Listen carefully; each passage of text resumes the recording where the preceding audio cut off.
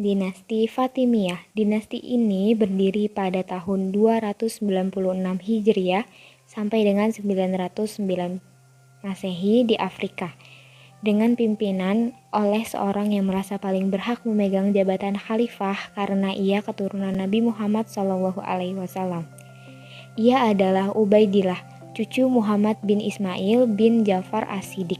Itulah mengapa kemudian dinasti Fatimiyah ini pun semula dikenal dengan nama dinasti Ubaidiyah. Orang yang dianggap paling berjasa atas berdirinya dinasti ini adalah Abu Abdullah Asy, merupakan pendukung setia dan berasal dari keturunan Ismail. Juga berkat jasa kabilah Kitamah dalam pandangan Hiti bahwa Abu Abdullah al-Husain al-Syi merupakan sosok propagandis ulung yang telah berhasil dengan baik mempengaruhi dan menyebarkan hasutan kepada suku Berber di Afrika Utara, khususnya suku Kitamah. Tercatat bahwa dinasti Fatimiyah ini merupakan satu-satunya dinasti yang berafiliasi pada mazhab Syiah. Sebelum dikuasai dinasti Fatimiyah, wilayah Afrika Kecil, Tunisia, dan Afrika Utara di bawah kekuasaan dinasti Aghlabiyah. Dinasti Fatimiyah ini pula dianggap sebagai tandingan dinasti Abbasiyah di Baghdad. Keberhasilan yang diraih Al-Syi'i di wilayah Afrika yang merupakan negeri asing baginya itu telah memberikan inspirasi bagi Said untuk juga meninggalkan markas besarnya Ismailiyah di Salamiyah. Ia berangkat ke wilayah barat laut Afrika dengan menyamar sebagai seorang pedagang. Akan tetapi ketika ia ditangkap dan dimasukkan ke penjara bawah tanah oleh Ziyadatullah, penguasa dinasti Aghlabiyah, Said dibantu oleh Al-Syi'i untuk dibebaskan. Kemudian keduanya berkolaborasi dan memimpin gerakan untuk melakukan penyerangan terhadap dinasti Aghlabiyah. Peperangan terjadi dan berakhir riwayat dinasti Aghlabiyah. Sebagai imbasnya, maka seluruh keturunan Ziyadatullah diusir dari negeri itu. Dinasti Aghlabiyah merupakan dinasti Sunni terakhir yang pernah eksis beberapa abad lamanya di daratan Afrika. Selanjutnya, Said mengumumkan dirinya sebagai penguasa dengan julukan Imam Ubaidillah al-Mahdi dan mengklaim sebagai keturunan Nabi Muhammad melalui Fatimah, Al-Husain, dan Ismail. Sementara bagi mereka yang tidak percaya dia keturunan Fatimah, maka menyebut dinasti yang dipimpin ini dengan nama dinasti Ubaidillah. Mengenai keabsahan dan keaslian silsilah dinasti Fatimiyah ini, pendapat para sejarawan Muslim terbagi menjadi dua macam. Pertama, kelompok sejarawan yang mendukung keabsahan silsilahnya. Mereka antara lain Ibnu Atsir, Ibnu Khaldun, dan Al-Makrizi. Kedua, mereka yang menyangkal dan tidak percaya pada silsilah itu, bahkan menganggap bahwa Said seorang pembohong dan penipu ulung. Wilayah kekuasaan dinasti Fatimiyah terus melaju dengan pesatnya, di antaranya meliputi barat wilayah dinasti Idrisiyah dan Rustamiyah dan beribu kota Madiyah. Dinasti Fatimiyah di Afrika tampaknya selalu berkeinginan untuk ekspansi ke wilayah timur dan juga ingin meluaskan wilayahnya sampai ke wilayah Mesir dan Baghdad. Setelah 4 tahun kemudian, pusat dinasti Fatimiyah dipindahkan dari Tunisia ke Mesir dengan ibu kotanya yang baru adalah Kairo. Di kota Kairo inilah kemudian nama dinasti Fatimiyah semakin populer dan menenggelamkan nama dinasti Ubaidiyah, dengan salah satu argumentasinya bahwa secara genetik para khalifah dinasti ini dinisbahkan kepada Fatimah putri Nabi Muhammad SAW. Setelah setahun kemudian, tepatnya pada tahun 359 Hijriah sampai dengan 969 Masehi, Fatimiyah telah berhasil menguasai Suriah bagian selatan. Khalifah Abbasiyah Al-Muqtadir Billah tampaknya tidak dapat lagi membendung. Dalam perjalanan sejarahnya, kedua dinasti ini memang tidak pernah dapat bersatu. Bahwa dalam salah satu maklumatnya, Khalifah Abbasiyah meragukan keabsahan nasab Al-Mahdi. Kemunduran dialami dinasti Fatimiyah ini berawal dari periode pemerintahan Al-Hakim Biamirillah. Sebagai akibat dari tindakan-tindakannya yang cenderung mengandung pro dan kontra di kalangan umat Islam sendiri. Di antaranya adalah perbuatan menghancurkan gereja Qiyamah di Al-Qudus dengan tanpa memikirkan dampak negatifnya yang panjang, terutama bagi perjalanan sejarah dinasti Fatimiyah ke depan. Peristiwa tersebut tentu mengundang reaksi keras dari kalangan umat Kristen, bahkan dikatakan sebagai salah satu sebab utamanya munculnya Perang Salib. Pada periode Al-Muntasir Billah, Fatimiyah dikalahkan oleh dinasti Saljuk sehingga harus melepaskan Suriah. Fatimiyah juga harus keluar dari Sicilia oleh bangsa Norman di bawah pimpinan Roger saat itu. Di samping rakyat Fatimiyah ditimpa bencana wabah penyakit yang termasuk paling lama di abad pertengahan. Penderitaan itu semakin terasa berat pula karena ditambah dengan adanya perang bersaudara di dalam negeri. Untuk mengatasi perang tersebut, akhirnya Al-Muntasir meminta bantuan Bard al-Jamali, penguasa Akka, agar cepat berakhir. Setelah itu, Mesir pun berada dalam situasi yang damai dan aman lagi. Selanjutnya, Al-Mustansir menikahi Putri Badar dan memperoleh putra yang bernama Al-Musta'li. Setelah 60 tahun memerintah, Al-Mustansir wafat. Dengan demikian, yang menggantikannya adalah Nizar, putra Mustansir, yang memang sudah dipersiapkan menjadi putra mahkota. Peristiwa ini kemudian membuat anak cucu Ismail terpecah menjadi dua kelompok, yakni kelompok Musta'liyah dan kelompok Nizariyah. Selain itu, peperangan terus-menerus terjadi dan melibatkan Fatimiyah sampai akhirnya dinasti ini diruntuhkan dan dikalahkan oleh Salahuddin Al-Ayyubi. Dinasti Ayyubiyah. Ayyubiyah dinisbatkan kepada Najmuddin Ayyub bin Shadi dari suku Rawadiyah yang beretnis Kurdi. Najmuddin Ayyub adalah saudara Asaluddin Syirkuh.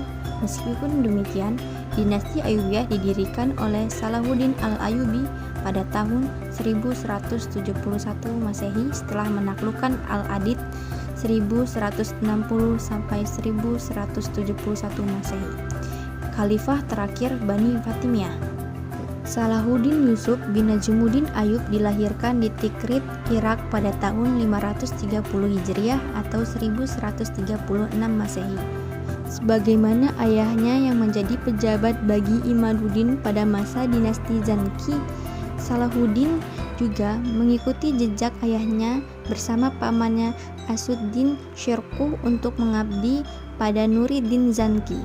Keluarga Salahuddin berjasa besar pada keberhasilan Nuriddin dalam menggabungkan Damaskus ke wilayahnya. Pada saat Syawar, wazir pada Khalifah Al-Adid dari dinasti Fatimiyah memohon bantuan kepada Nuriddin agar dapat menduduki jabatan wazir. Maka Nuriddin mengirimkan Syirkuh dan Salahuddin ke Mesir. Misi berhasil dilaksanakan dan bahkan Syirkuh kemudian menggantikan Syawar sebagai wazir.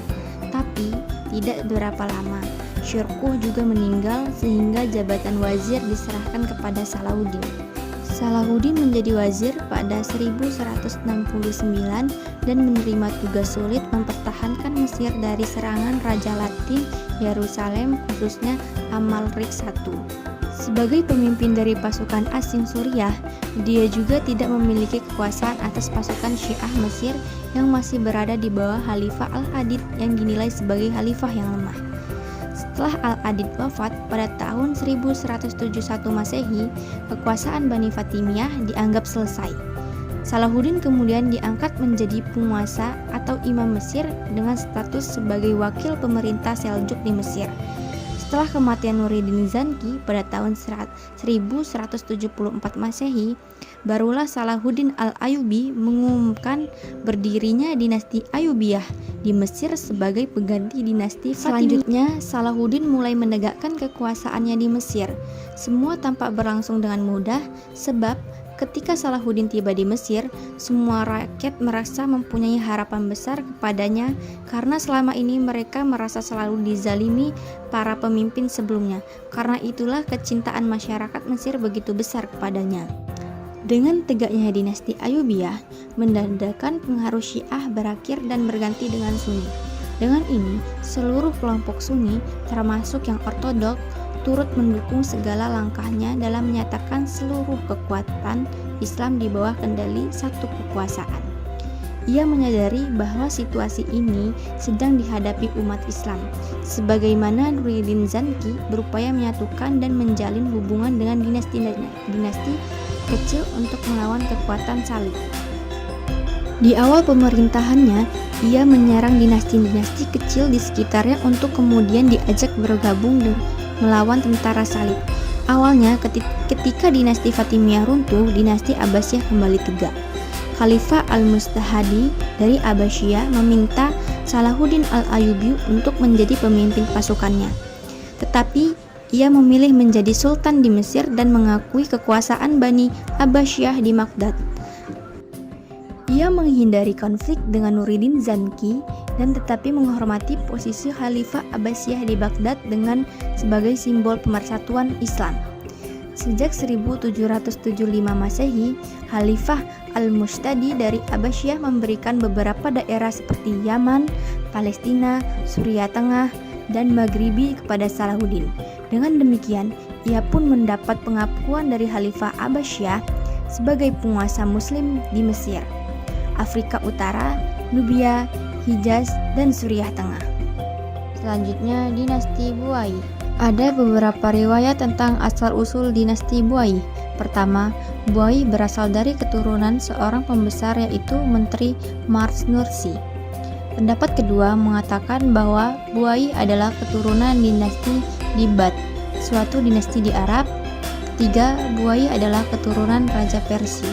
Dan keempat, Buai berasal dari nama seorang laki-laki miskin yang bernama Abu Syuja yang hidup di negeri Dailam. Dinasti ini berasal dari keluarga miskin sampai-sampai setelah berkuasa, Ahmad, salah satu penguasa dinasti Buai, terus mengenang masa-masa pahitnya dengan mengatakan, "Aku pernah menjunjung kayu api di kepalaku."